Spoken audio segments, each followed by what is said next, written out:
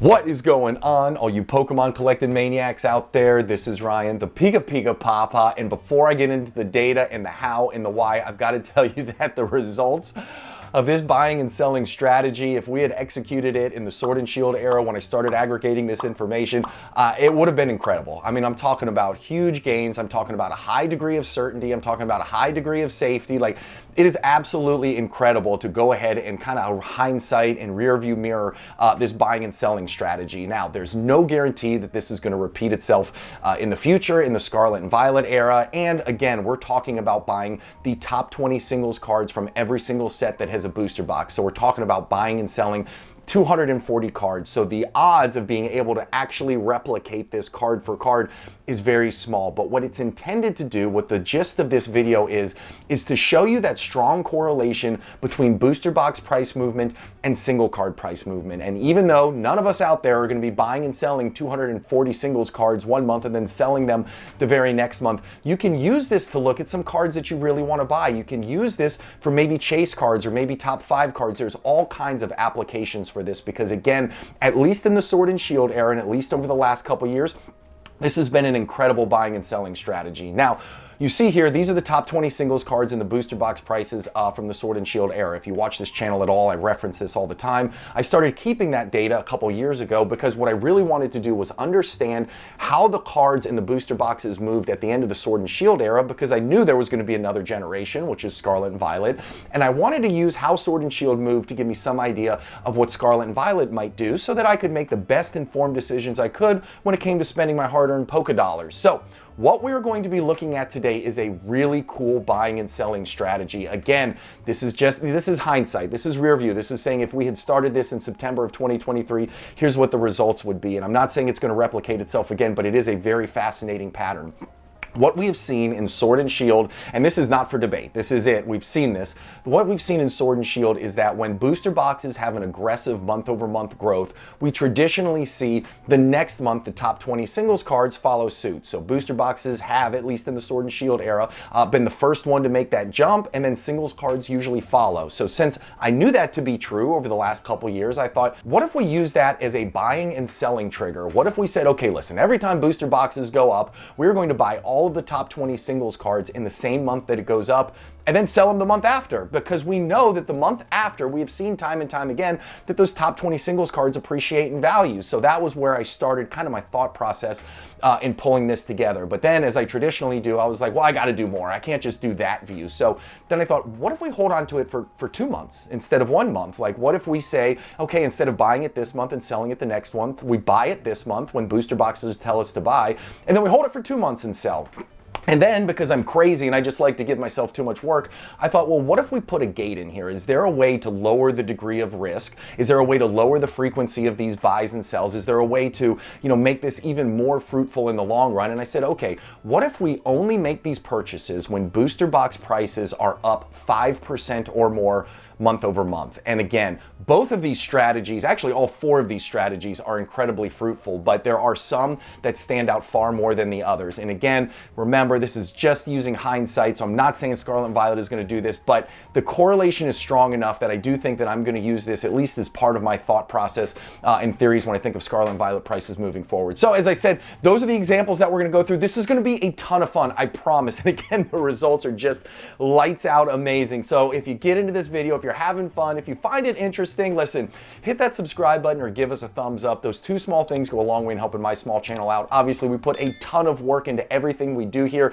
and those things go a long way in showing me you appreciate the work that we do. So let's jump into it and see what these numbers have done over time, because again, it's just absolutely out of control. So these are going to be the 1 month holds that I talked about. So what we do is when we see the booster box gain X amount of percentage, I have the 5 month one, or 5% or more on the left, and I have the just general, if it's up, we buy on the right, and then we sell the very next month. So I thought it'd be really cool to kind of walk you through this. So if you look in January of 2024, that is when we would have made our very first purchase, and that is because the booster boxes in January of 2024 were up 5.12% versus where they were in December of 2023. So according to our logic here, that means we buy all the top 20 singles cards. So you can see in January we would have bought all of the top 20 singles cards for $6,000 $6,116. Now, because this is a 1-month hold, we would have in turn sold all of those top 20 singles cards in February. And first month out of the gate, guess what?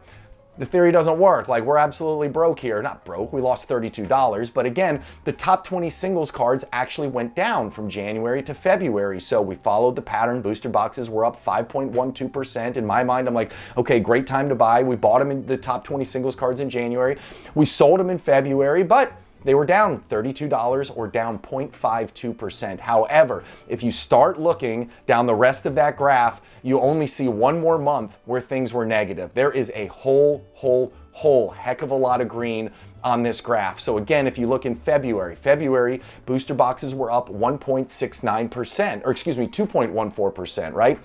So we would have bought all of those singles cards for $6,084, and then we would have sold them in March. We would have sold them for $6,187, which would have been a gain of $103. So we've already negated our first trade, which was down $32. Now we're positive $70, right? So we're actually up on that. And then you can follow the graph all the way down here on the right-hand side, and you can see that if you were to follow this pattern, if you were to buy whenever booster boxes were positive, all of the top 20 singles cards that same month, and then you were to sell them in the very next month, your total gain, okay, there would have been 11 different trades where you did this.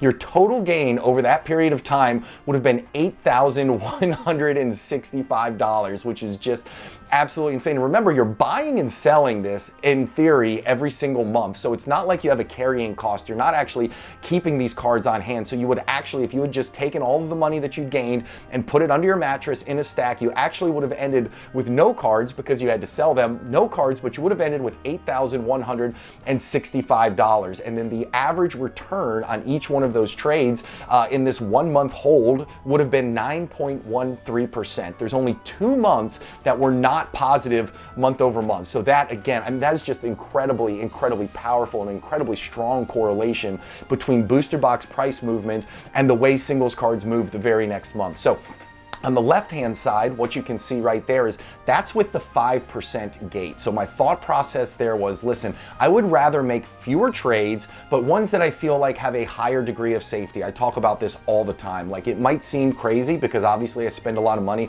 on Pokemon cards, but I am risk averse. I truly believe that if you use the best information at hand, you can partake in an awesome hobby like this, have a ton of fun, and also lessen your risk a little bit. If you're just out, willy-nilly spending money, buying things, if you're getting in on the FOMO train, which this channel is designed to keep you from because we're so data driven, like, if you do that, sure, you can find out a lot of losses, but my goal is to always have a lot of fun, enjoy this wonderful hobby, but also mitigate risk a little bit. So I put that 5% or more buffer in, and again, you'll see January qualified because the booster boxes were up 5.12%, but then our next purchase wouldn't have happened until March of 2024 because that was the next time booster boxes were up greater than 5%. So you can see in March, booster boxes were up 11.43% month over month. So we would have bought the singles cards at that point for $6,187. And then we would have sold them in April for $6,606 for a gain of $419. And now, when you look at the bottom, what was amazing to me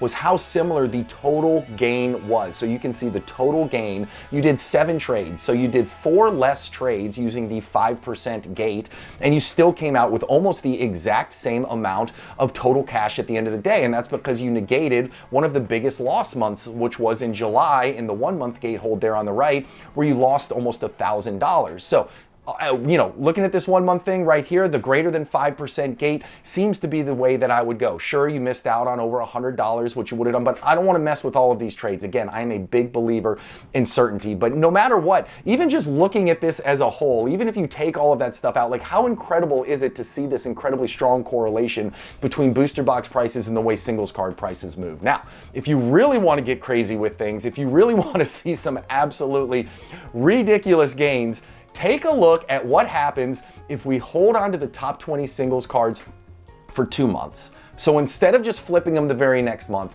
we hold on to them for 2 months. Now, do you remember in the previous slide how the January trade in the 1 month hold that we looked at was negative? Where look what would have happened if instead of selling the cards in February, we would have held on to those top 20 singles cards till March. We would have actually, instead of the negative $32, which we saw from January to February, we would have actually turned a positive $71 here for a gain of 1.16%. Instead of having 2 negative months, we actually only have 1 negative month. Now, that 1 negative month is pretty hairy and pretty nasty, right? It's a loss of $1,852. That is actually down 18.56%. But look at some of the big gains. The gains here are ridiculous. You have gains if you look from December to February, right? December of 2024 to February of 2025. The gain was $3,441. When you add up all of those gains, even though you had 1 month where you lost $1,852, overall, your total gain was $13,525 if instead of buying all the cards and then selling them the next month, you had actually held on to them and sold them 2 months later. Your average transaction would have been up 16.41%. It is absolutely incredible, the difference in the magnitude if you hold on to it for 2 months versus 1. It goes to show you, again, when the booster boxes start moving, the positive momentum isn't just temporary. It's not just a flash in the pan in the top 20 singles cards, right? Because we can see that if you held on to them for 2 months, you have almost double the gain that you would have seen if you'd held on to it for 1. So again, just another really strong correlation between booster box prices and top 20 singles cards. Now, if you want to get even crazier with it, look at the greater than 5% booster box price movement, 2 month hold. You don't have a single trade that would have turned in a negative. Every single one of these would have been positive. Again, you do fewer trades, fewer transactions, right? But guess what? You still net even more money with a higher return per trade at 26.59%.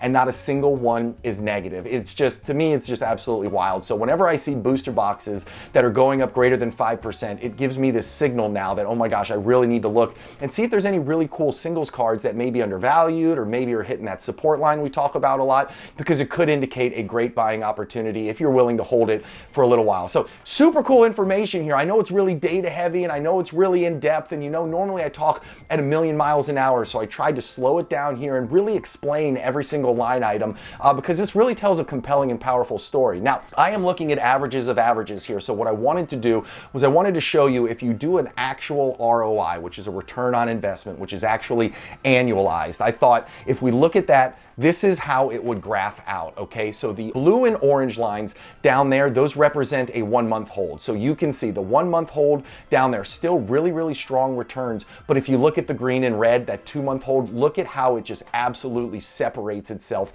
in terms of returns from the 1 month hold. Both do very, very well. However, if you can hold those cards for 2 months in this, fictitious, fictional buying and selling strategy that we're going over right now, if you hold on to it for 2 months, the gains are just absolutely insane. So if you want to see it in terms of words, again, ROI is different than what we were looking at. We were looking at month over month percentage gains, and then we average those percentage gains. ROI is annualized, but if you look at the different strategies here, you can see that when you look at the booster box, no matter what, if it goes positive, you can see the average ROI on those 11 trades was 9.27%, and for the total ROI was 102%. And then the same thing, if you held on to it for 2 months, you get an additional 10% ROI per trade, and then the total ROI again doubles as well. And then you can see for the greater than 5%, those numbers get absolutely crazy as well. So really, really cool stuff. I thought this was a ton of fun. Obviously, the 2 month strategy outperforms. Obviously, when you think about that, you're going to get fewer but stronger trades. And again, I took out the final 2 months because I wanted to make sure that we had the exact same data pool to look at. So this video was a ton of fun for me to put together. I hope you had half as much fun going through this as I did putting it together. I hope this gives you some insight as to what might happen. Again, the past doesn't repeat itself, but it sure does rhyme. And all I do is I use this information to give me some idea of what might happen in the future. There's no guarantees. The hobby's in a crazy spot right now in terms of supply and demand, and who knows where we're going to end up. But this is a really strong correlation, and I hope you enjoyed it. And if you did, hit that subscribe button or give us a thumbs up. Again, that's the best way to say thank you for all the work we do here behind the scenes on the channel, and I hope you have an epic rest of your day. I'll talk to you soon, everybody. See ya. Bye.